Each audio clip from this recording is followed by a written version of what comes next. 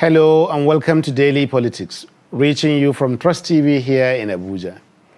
On this program, we discuss issues around politics, policy, and governance. I am Suleiman. Last week, the Academic Staff Union of Universities, Asuu, declared a one-month warning strike starting from Monday, February 14th. They did this to press home their demands against the federal government. These demands include, among other things, the revitalization of public universities in the country, salary increases and earned allowances for all academic staff. It also includes university autonomy and migration of academic staff to the government's payment platform called the Integrated Payroll and Personal Information System, IPS. Some of these issues, such as university autonomy, have been resolved, while others are still lingering and are the cause of Asuu's unending strikes. But a sticky issue between Asuu and the federal government has to do with the implementation of the 2009 agreement, which was revised in 2013-2014.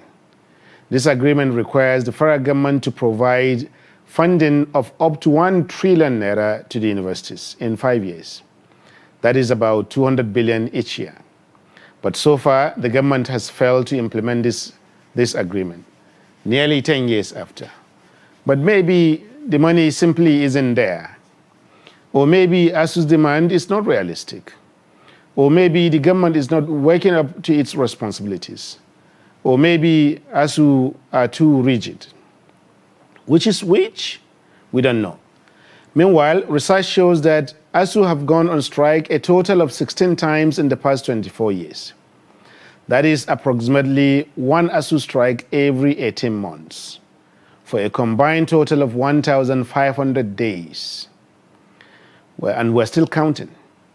And at the moment, the federal government and Asuu are in a meeting trying to find a solution to these strikes that have been going on for God knows how long.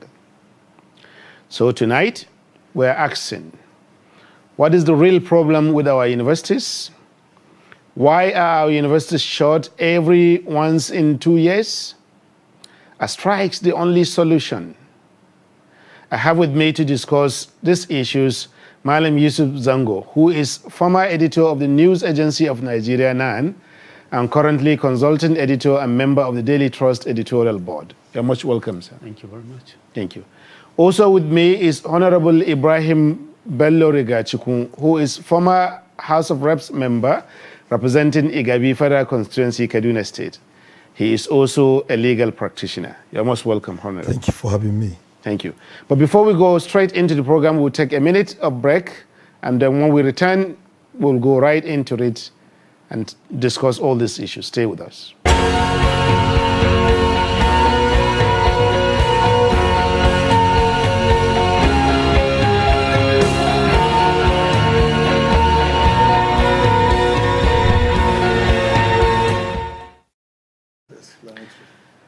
Welcome back. This is Daily Politics, and now we're going into it proper. We're discussing issues around Asuu and tertiary education policy in Nigeria in general. Malam Zango, you have been following this issue probably since your own university days in the early 80s, as we were discussing earlier. So it's something that you're much familiar with, you know, for over a long time. Why does it keep happening? What is the cause of the recurring nature of strikes, Asuu strike? Asuu is the only institution in Nigeria that goes on strike more than any others. Why is this so? Well, it's very much difficult to say because it's difficult in the sense that it's been taking years to do, and it's very difficult to say why wouldn't it be resolved. And it has always been the same issue coming over and over. As you say rightly, that the Asuu strike, well, since we have been in school, and I think I finished my university more than 30 years ago. So, and we have been, although then there was a little difference, but I think in the last 20, 25 years, the same issue has been this issue of salary, looking after developing the universities and all those sort of things. So it's either the government, between the government and the Asuu, should tell us why this keep on recurring. I think for those of us out here, we can only guess and based on what they feed us. But all along, it's really for them to come and say, look, this is the problem, this is the solution to the problem. Otherwise, we'll continue this way. Thank you. Barrister, you're a lawyer, but also you've been in government, you know, this policy making issues. Would you say that the government enjoys having Asuu go on strike? Because, or is there anything government enjoys when workers go on strike, particularly that those of us outside the government don't know? No, any government can come out clearly or show any body language that they're happy with all this development. Okay. Because you found out that the whole scenario is that the government is trying its best to go into reconciliation. Well, the whole thing is child's play and very, very unfortunate. We all passed through universities decades ago, and during that time, it's almost free education. All these bottlenecks is not there. But, you know, you cannot even stop the public from insinuating or suspecting things. Is because maybe the government doesn't have, you know, political will to solve these problems. Because when you say you want to mediate, the principle of mediation is very simple. One is, you know, bringing an outcry, which has been persisting. And we have series of governments inheriting the same problem, all these predicaments. Yes. So, if there's a political will, by now, we're supposed to help solve this problem. Okay. But political will on the part of the government, you mean, or on the part of Asuu, or both? No, you can't bring Asuu on a political basis. Okay. I'm talking about the government. Okay. Because the government, if you look at section 14, subsection 3 of the 1999 Constitution as amended, it's clearly spelled out after the security. But the welfare of all Nigerians is a primary goal of every existing government. This simply tells us that the government must go extra mile to seek for this solution for decades ago. But why is persistent? It's what you already stated. And you have said it too. Whatever we're discussing here, our own perspective, our own research, may not be the true position or the crux of the matter. But as we're Nigerians, we're parents, we're not happy with this development. Because most of the people at the helm of affairs, they're supposed to sit down and make sure this thing is settled, reconciled. Their interest is that their children, they're either in foreign universities or in private institutions in this country. But we cannot shy away from saying this fact, because during our time, decades ago, not that there's no private universities or public institutions, but it's minimal. But now it's everywhere. And even if you go intensively, you find out who are those behind the scene, the ownership of these institutions. The story is funny. The private universities. Oh, yes, even in the private universities. So now, that's why I say political will. Because we're in democratic setup, and I've quoted the relevant position of the Constitution, where the government must go extra mile, you know, and make sure that the welfare of citizens is cherished. This includes our education. It's their primary goal. They have to do something about it. Interesting. And yes, because now, if we can sit down here, parents, some they don't have the money for any private institution. Your children will be coming back home. As you have really quoted, once every 18 months. 18 months. So it's unfortunate. So what are you talking about? Why is the education? Why is the discipline? Why is the morale? Interesting. You find out that we're in a terrible situation. That's why you have high number of graduates. So, but the strength of the education is not there. Okay. One, as you won't blame the children because they're innocent. You won't blame the parents because the Constitution that's provided for them. Are children and their parents, are they entirely innocent? Because education is a public good. Yeah. That if you receive, it benefits the person who becomes educated himself. It benefits the family with where they come from. Yeah. It benefits, you know, the community, the local community, and the society as a whole, including the government and so on. So why should the government alone be held responsible to cater for the education of students. Why, for example, should there not be things like tuition fees so that that can contribute to the general funding pool available to universities? I don't think that is a problem. Okay. Because no parent has come out to say that, look, I'm not going to pay. Okay. And we know that, well, even in developed countries, largely you find that you either pay or you get somebody to pay you, or you take loan to pay for your tertiary education. But over the years, you see, this is the major problem we have. Between Asuu and the government, nobody has come out to address the real issue. Okay. These issues keep on piling up. And always the government will say, look, Asuu is demanding for 200 billion naira every year. We don't have the money. So what is the solution? Asuu will say, no, we have to have this money for the system to run. And nobody has come back to say, look, government cannot do it. Now, you look at a simple case. Anytime there is a hike in the price of crude oil, they come back to tell us, look, we have to withdraw have a hike in the pump price of. So it's as simple as that. If the government feels that, look, we cannot shoulder, it's for the government to come out and say, look, we cannot shoulder this. We want to share the burden with the parents. At a minimal, they can. And many of us now, if you go to almost every village or every town, let me put it this way, you have private primary schools, you have private secondary schools, and they are highly patronized. So it means that parents would be ready to pay.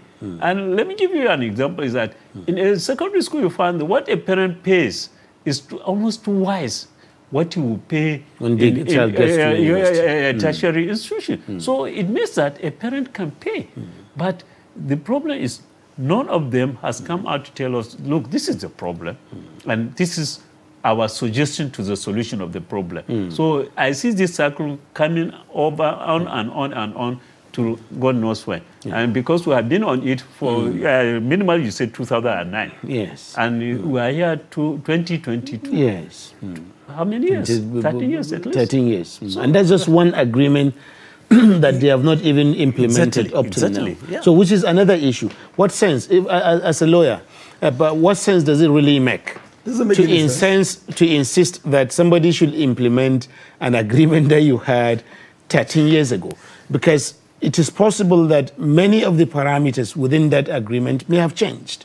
You know, for example, the value of Naira in 2009 is not exactly the same in today. Yeah. The population of Nigeria in 2009 is not the same as the population of Nigeria today. Yeah. The number of universities, public universities included, you know, in 2009 is not the same as you now have. Yeah. So what sense does it make to say that you still want that agreement implemented as a lawyer? You see, when you said agreement, what does the agreement means? Okay.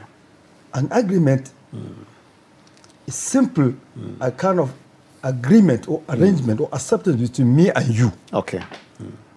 And this that's vitiating practice. Okay. It should not be within the vitiating practice. A kind of agreement that is illegal, that is void referent, essentially, it cannot be binding. So that's not something which can be able to rise or not.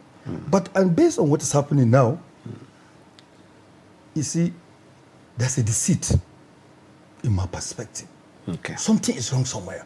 Because if me and you were trying to make a binding agreement, and you're the government, and you have to pay me, and you have been paying before, and now we're trying to make an agreement. We have lawyers in the government, we have lawyers also in the universities, yes, and they're all learned people.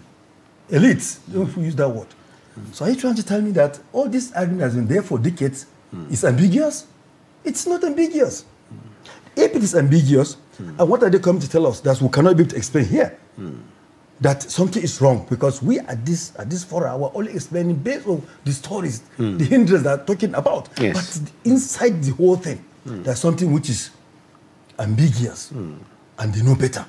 So we here, parents, as I've said, if this agreement is not enforceable from all this time to this time, then who is following who? Then when will it end?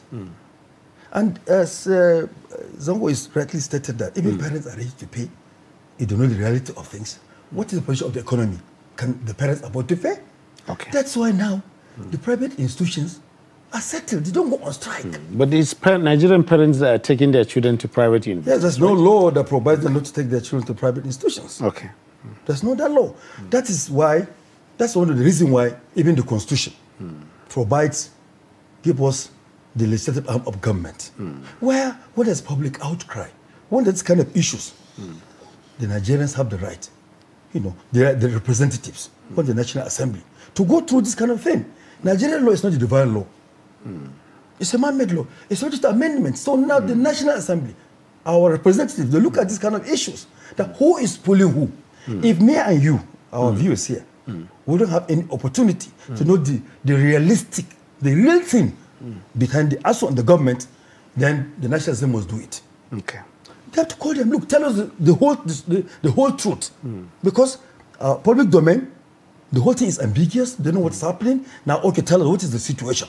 How can we mediate? How come into do something about it? But you find out that whenever even there's attempt for that, still, it's a mirage. Thank you. So, Marlon, part of the problem is the government claims that the agreement is agreement at gunpoint. that Asuu compels it to enter into agreement because Asuu would not call off strike unless government signs the agreement either way. So the intransigence of Asuu, the inflexibility of Asuu makes government to agree even without agreeing. So that 2-3 years down the line, then Asuu will need to go on strike again because government knows that it cannot, it doesn't have 200 billion annually to give to the university system only, so...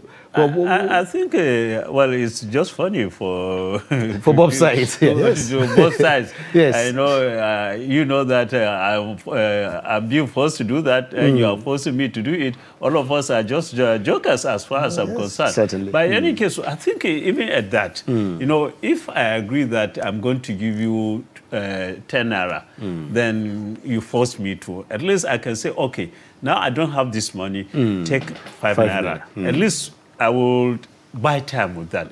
But given since 2009, we're still talking about 200 billion naira, and things have changed. Maybe that 200 billion is now 1 trillion. Absolutely. Yeah, and it's even funny that both the government and Asuu, they are only talking about 200 billion. As he said, things have changed. So why would it be 200 billion? And why have we gone from that 200 billion? Now, are we still at 200 billion? Or are we at, maybe it has generated interest, now it has become 300 billion? Or have they reduced the 200 billion to 100 billion? This is something that, as we agree here, I think there should be more explanation from both sides.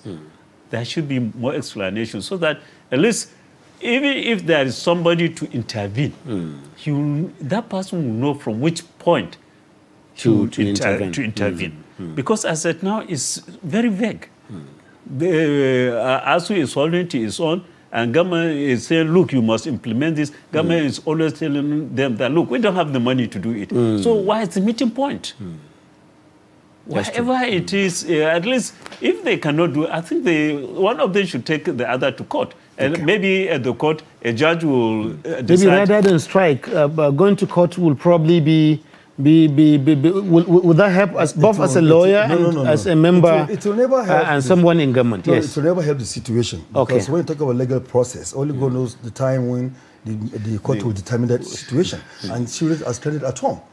But so if the court can rule that, because you have an agreement that's been going on for 13 years. So isn't a court case probably wouldn't take 13 years longer? I mean, that as long. And you might have a ruling that the government will be forced, compelled to then Let me bring you back implement. to just some points you have raised here. Yes. We have coercion, promise of favor, duress. It's just vitiating elements of a binding agreement. Fine. So now, in my own thinking, there's a beneficiary from these two. If we here and the public domain could not get to know the truth, and this issue persisted, and somebody's crying that he was forced, and that person has even the AGF, the Attorney General and the Minister of Justice of this country, who can easily go and see exactly what is happening to see whether this agreement is it binding, is it lawful, or that there's a vitiating element. For decades, not now. Different government that came and passed. So often I was still managing this situation. So to me, if you think reasonably, the problem is about politics. You find out that either there's politics, political interest in it, or there's a beneficiary. Okay. Because everybody is holding. Yeah. And the litigation will never be a resort to this problem. Simply means that nobody can go to court and start disturbing court. Look, you must give ruling tomorrow because our children are becoming prostitutes, restives at home. Yeah. Nobody can go to court and demand to give pressure to court to give any determination. That's an independent side of government. Yes. So now, when you find out that mediation is becoming impossible, everybody is holding. Can't you reason there's something behind it? One series of government are inheriting the same problem. Now this government is existing. It's exiting. Then would it be the solution to the problem and they're still holding the whole string? That's not a solution to the problem. To me, thank you. I think mediation is the best. Okay. If you not say that, look, you have to give us 10 naira. If you not force me to agree, that's coercion. But some people are saying in order to mediate, the attitude for mediation must be there in the first instance.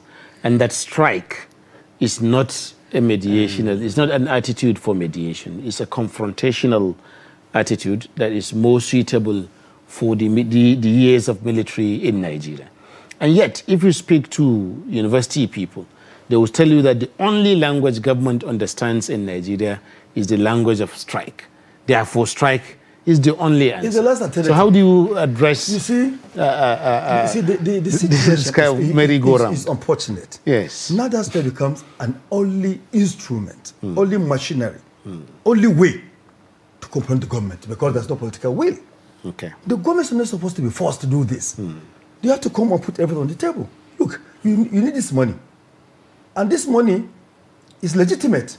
If the money is illegitimate, the government will be the first because they are the one paying to tell the whole world that these people, they want to cause problems of these students in the universities because this money is illegitimate. You know, they cannot defend it. So now, when they found out the money is legitimate, they're supposed to pay, the government is indebted. If the money is 1 billion, look, we have 500 million. Gradually, I think we must have reached somewhere by now. But that's why I said there's something behind this issue. Thank you. Why is this persisting? Thank you. That's an important question. So, Marlin Zago, it's one thing to talk about mediation or to talk about striking and others, but also some people are raising this question that even Asuu itself, it doesn't really get it right because it assumes that if the government pours 200 billion a year into the universities, then the problems will be solved. And Nigeria itself is an experiment as a country. The whole country is an experiment that if you throw money into something, it will not necessarily solve that problem. Yeah, that's a wrong perception by Asuu. Okay. I think as I was reading the other day, somebody was saying that, look, Asuu as a trade union should bother itself more with the condition of service of its members. Okay. Because it's just like the hospitals, you have other airports and everything. The government has a duty to upgrade, to maintain, to improve them.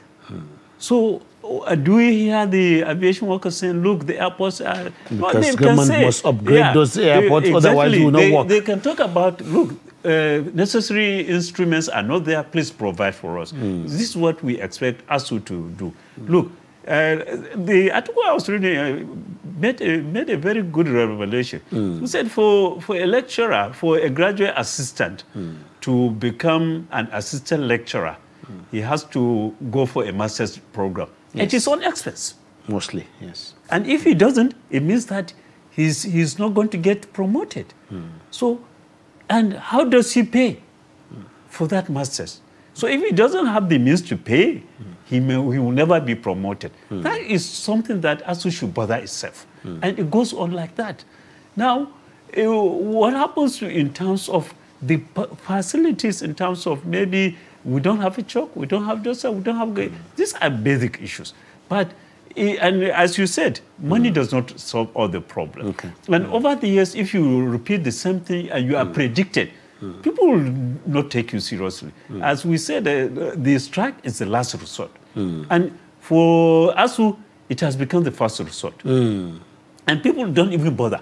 The moment Asuu starts talking, we know that they are going on strike, so we get prepared. And one thing I even accuse Asuu of is not telling its own story itself.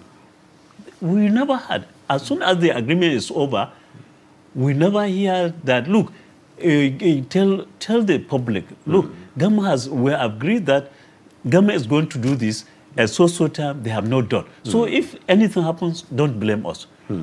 The next thing we hear is, look, we are going to meet, their branches will start issuing press statements, threatening, then bam. And it's even funny that now a warning strike is taking 1 month. 1 month. Usually it should be 1 week. 1 week, or 3 days. Yes. You know, so how would people take Asuu seriously? I think they should begin to tell their story.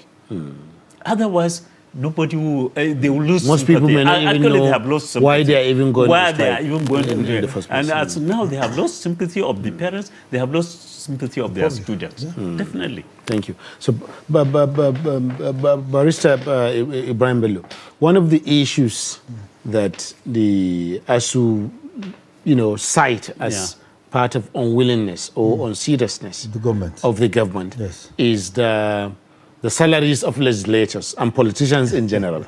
They will say that as a member of House of Representatives, you are taking 24 million a month or 240 million a year. So if the government can pay this to the House of Reps or to the politicians, why can't government have money to pay to the universities? You see, as someone who was actually in government, what's the true position? See, it's not true, because not any person collects 24 million or 30 million basically every end of the month, 30 days. It's not true. The way in the politics, when we're in the National Assembly, before going there, I was so curious to know, is it true? I found out it's not true. We have office running cost. As we have 360 federal constituencies, every honorable member has office running cost. Also, our distinguished senators, we have 109. So, and we have our basic salaries, our salaries, allowances, all this kind of thing. And most of the time, we want to talk about mobility, which attracts money. Before we have 4 years session, 1 year you'll be using your own car for oversight function before you've been given vehicles. That's another thing. So when you talk about money, that issue they are raising, you understand that? It's something which... But they compare the salary of a member House of Reps to the salary of a professor. The difference is just like day and light. Okay, let me tell our viewers that not any legislator that has the power, either the Senate President, 109 senators, the Speaker House of Reps, and other honorable 360 member House of Reps, that give his own or make any provision for increment of their own salaries. We have revenue mobilization, public fiscal commission. Fiscal commission, statutory. It's in the Constitution. They are the ones. If they want to say now, whoever is coming to Senate, your salary is 5 million naira. I mean, your salary is 250,000 naira.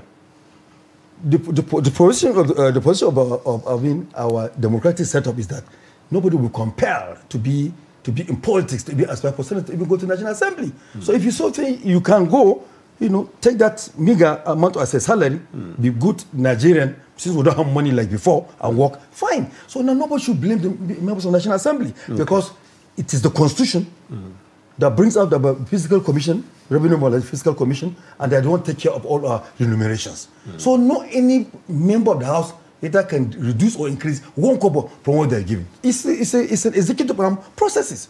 So they should blame the executive government. If they're making this comparative analysis, it is the executive arm now. No, we'll bring it to the table. Look, we don't have money. Legislative arm of government, we don't have money. Look at what this we are talking about. So we want to reduce cost of governance. Then we'll go into mediation. with the member of the National Assembly. No any member will say no. But the only thing is that he has to be protected. And it's a 4-year single term. It's just 4-year session. Whereby within that time, if you think what you've been given now, since Nigeria would not have money like before, you cannot come back to the National Assembly, go home. Somebody who's patriotic, who's willing to not even collect salary, he wants to give his own contribution in legislative business in the National Assembly, then he will aspire. But the problem is 95% of our electorates doesn't know what we're talking about here. Okay. All they know is that they want somebody to collect money and to take money back home to be shared. Okay. So that's another different thing entirely. So this must be, we must educate our electorate. We have to tell ourselves the truth. The executive arm of government must go extra mile. Statutorily, they are responsible. That's where fiscal commission comes. Our members, their hands are tight. If you give them 100,000 naira, that's what they collect. Because that's what their predecessors and if you give them 100 million naira, they'll collect. Because they are not the ones that to determine it. So now we have to tell ourselves the truth. The issue of accusing the National Assembly is not fair. Accuse the executive arm of government. Thank you. So I think that brings us to just about half of the midpoint of the program. Thank you very much for staying with us, viewers. We'll be taking a moment's break. When we return, we'll continue discussions about other issues that make Asuu to go on strike again and again and again. Do stay with us.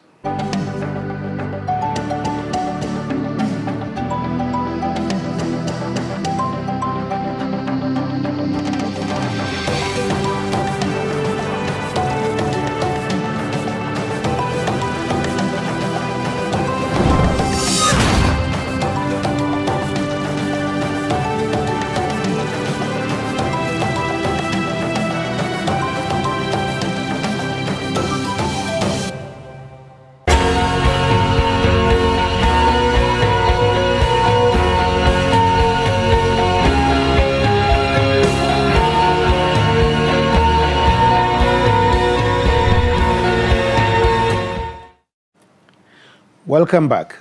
This is Daily Politics on Trust TV, and we're having a discussion on education policy in general, but also Asuu strikes in particular. With me, Malam Zango, former editor-in-chief, NAN, and Barrister Ibrahim Bello, who is former member House of Representatives. Thank you once again for joining me. Malam Zango, before we went on break, who were talking about the salary disparities, but that's not the only issue that Asuu has been complaining about. The other issue also includes how the salary is paid. You know, the Asuu complains very bitterly about the deductions that government has been making through the eyepiece platform, to the extent that some lecturers lose all their salaries or half of the salaries or 1/3 of their salaries on a regular basis to that. So that Asuu has been forced to develop their own platform, the University Transparency and Accountability System, which they want government to allow them to use, which the government actually agreed to in the 2020 strike, but which has not yet still been implemented. So, yes. Actually, it goes along the line with saying who is telling the truth, either the government or the Asuu. Because my little knowledge of that platform is that it's being used for other civil servants, and we hardly had that complaint about. And what the government tries to, or has been trying to say is that, look,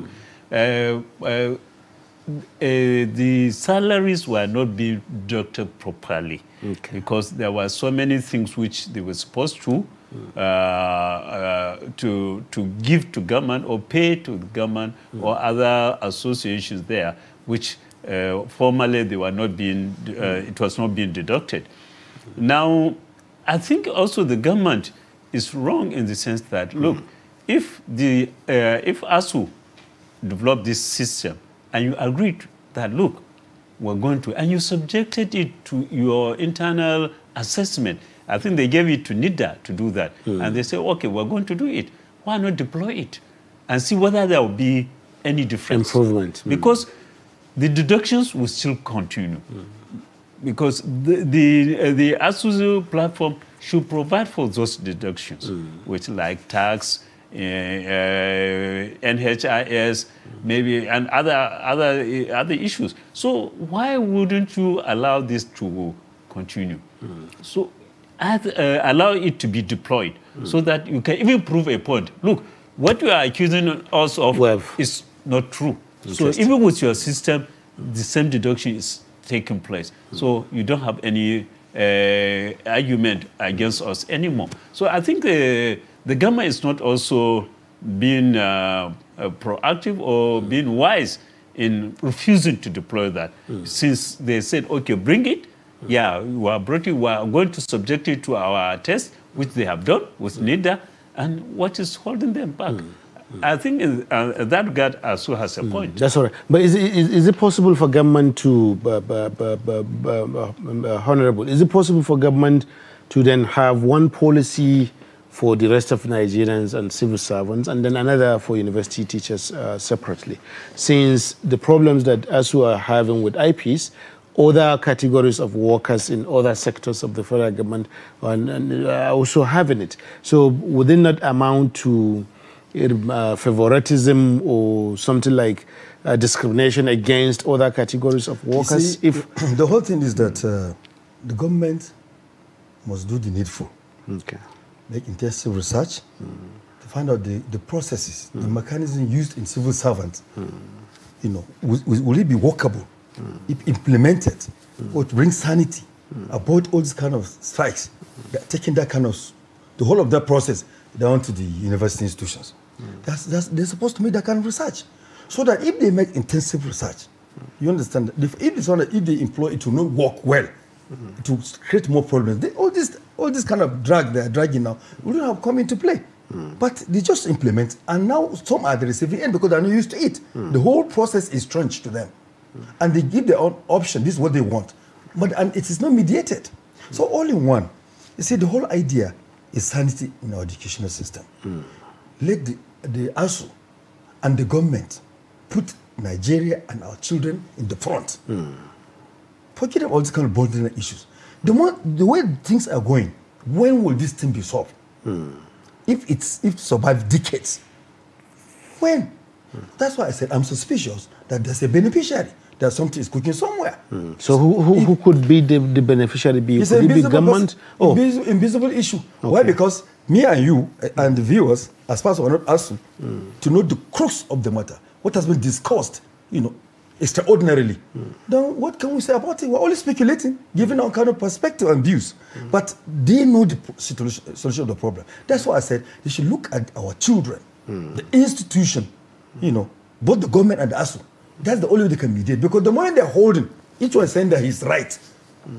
Then when the two elephants are fighting, who suffers? It's the grass that suffers. That's a simple thing. Thank you. So, another area is, you mentioned earlier about Asuu should stay off education policy, including tertiary education policy, and focus mainly on their own welfare, which is what unions or labor unions everywhere do.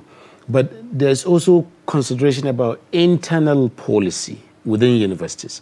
For example, in terms of accountability of lecturers themselves, in terms of whether or not they are doing their jobs, whether or not they come to class to teach for what they are being paid for, whether or not they do supervisions, particularly for postgraduate students. You know, you see somebody doing PhD for 17 years or 10 years or 7 years or master's degree 6 years because the professor or the supervisor is not there. You know, you see a situation where university staff, they wait several weeks into the semester and then start the course at the beginning of the term. Sorry, maybe a few weeks to the exams. Then the lecturer starts coming to class. Or sometimes a 2-hour exam, a 2-hour lecture, somebody spends, goes maybe 1 hour after or into the lecture and so on. So all of these forms of indiscipline internally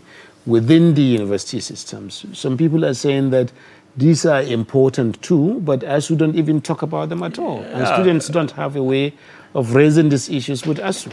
Yeah, I think maybe because we don't do oversight on Asuu themselves, and they don't do on themselves. On themselves. I remember there was a time we did a story on this. The rate at which lecturers take part-time job in universities.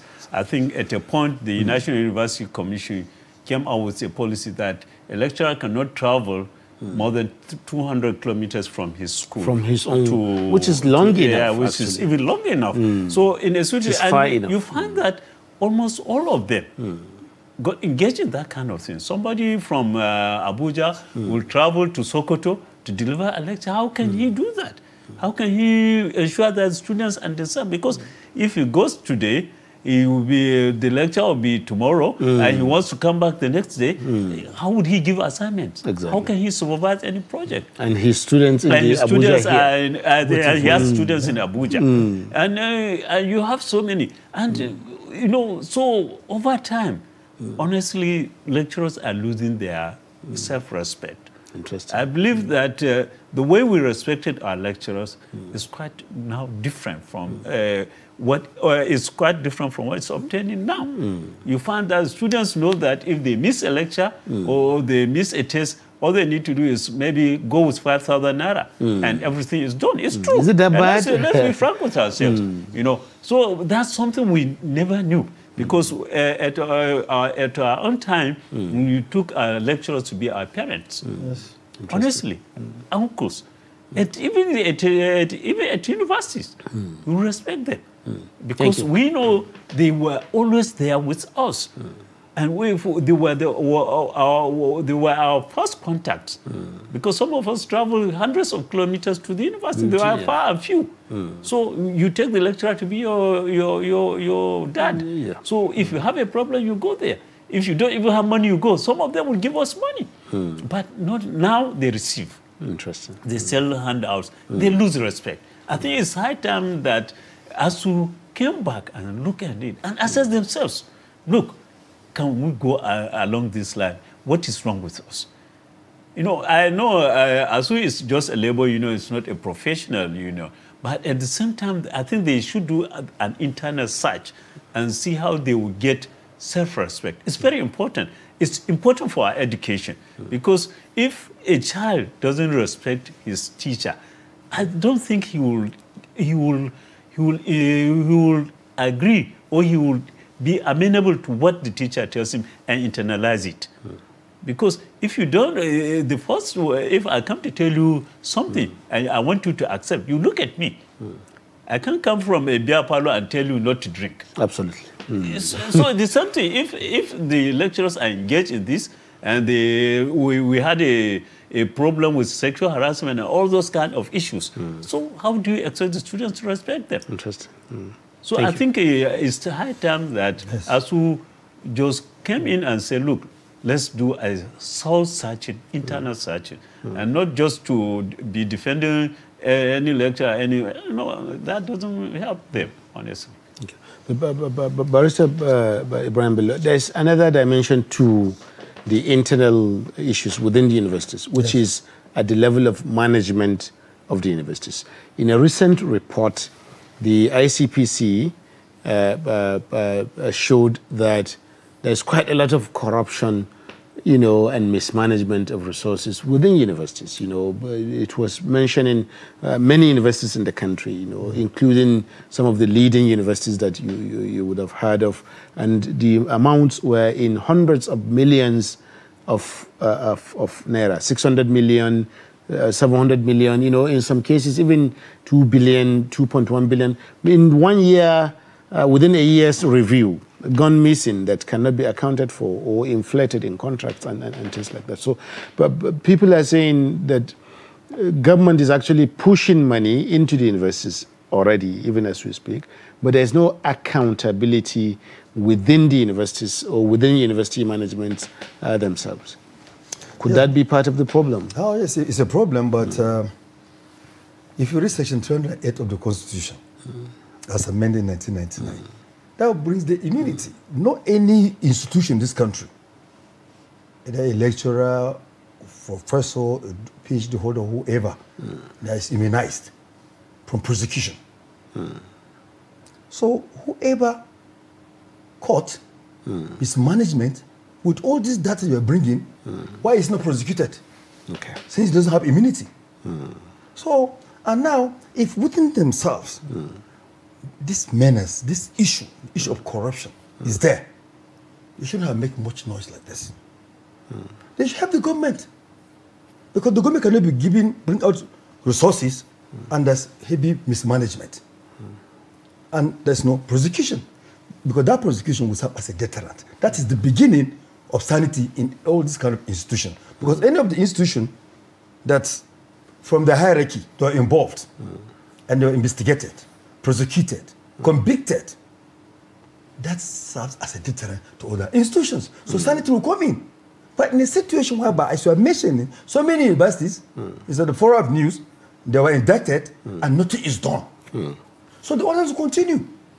So which means there's a leakage somewhere. Notwithstanding the gimmick between the Asuu, and the government, there's another monster by the side. Because if I'm giving this money and there's mismanagement, and you still want me to bring money to serve debts, it's another issue. Absolutely. That's what I said before this issue. My thinking is that somebody is benefiting. Okay. The issue is suspicious, and now you are bringing issues, which you cannot shy away from it.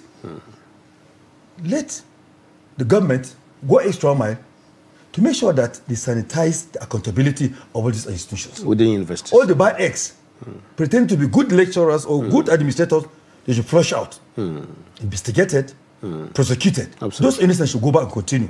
That will solve our problem. But the moment there's no any decision or any punishment method against this kind of people, they will continue. You know we're Nigerians, we're very smart people. Absolutely. So if this thing is not done, then one will solve this issue of corruption. And now there's talk of war between the Asuu and the government. Continue for decades. So that's what I said before. Let the Asuu and the government put educational system in the front. Our children. Thank you. Then we should go into mediation. Thank you. But Malenza, we have this, as we speak now, the government and Asuu, they're having a meeting. They have had this kind of meetings thousands of times before. So there's not much indication that it will lead anywhere, or that they will come to an agreement and then that will be the end of strikes. So maybe, is there other ways around this, since we're about to end the program? Is there another ways around this?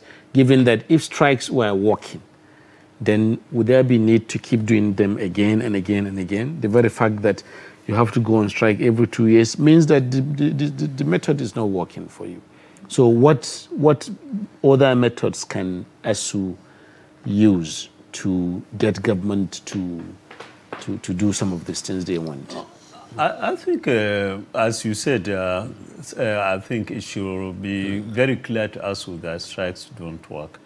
And one major thing they can look at is that over years, they have been having this failure by the government to implement the agreements. And always these agreements were reached as a result of one strike or the other. So I think strikes don't use. It's for Asuu now to devise other means. Now, one means is to involve prominent Nigerians. Okay.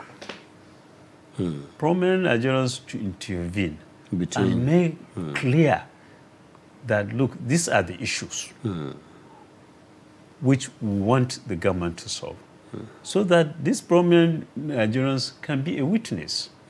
Like during our general election, we have the Salami group, which normally the peace committee, which mediated between the political parties and the sitting government. Interesting. And at that level, you find all the presidential candidates defer to them because they are prominent, eminent Nigerians. So, and we still have them. We have among traditional rulers, our former presidents, prominent businessmen, prominent religious leaders who can intervene and stand as mediators so that they can come in and say, look, let's have this agreement And you have a copy, Asuu. We have a copy from our own point of view. Government has a copy. And from time, like a tripartite committee can come from time to time to look at the implementation of that agreement and give public the feedback. Look, this is what we have discovered. The government has done this, it has not done that, so that at least both sides will have the pressure of the public. And if anything happens, the public will know who to blame. Interesting. But strike, no, they are not. They are no more. No more fashionable or useful. Yeah. Thank you very much, Malim Yusuf Zango for coming on. Zango Yusuf for coming on the show. Thank you also, Honorable Ibrahim Bello, for coming with us. We hope to be able to have you once again. Thank you also, our viewers, for staying with us as we discuss issues around Asuu and tertiary education policy in Nigeria more broadly. We hope that you will join us tomorrow when we bring you another edition of the Daily Politics on Trust TV. I am Suleiman Suleiman. Good night.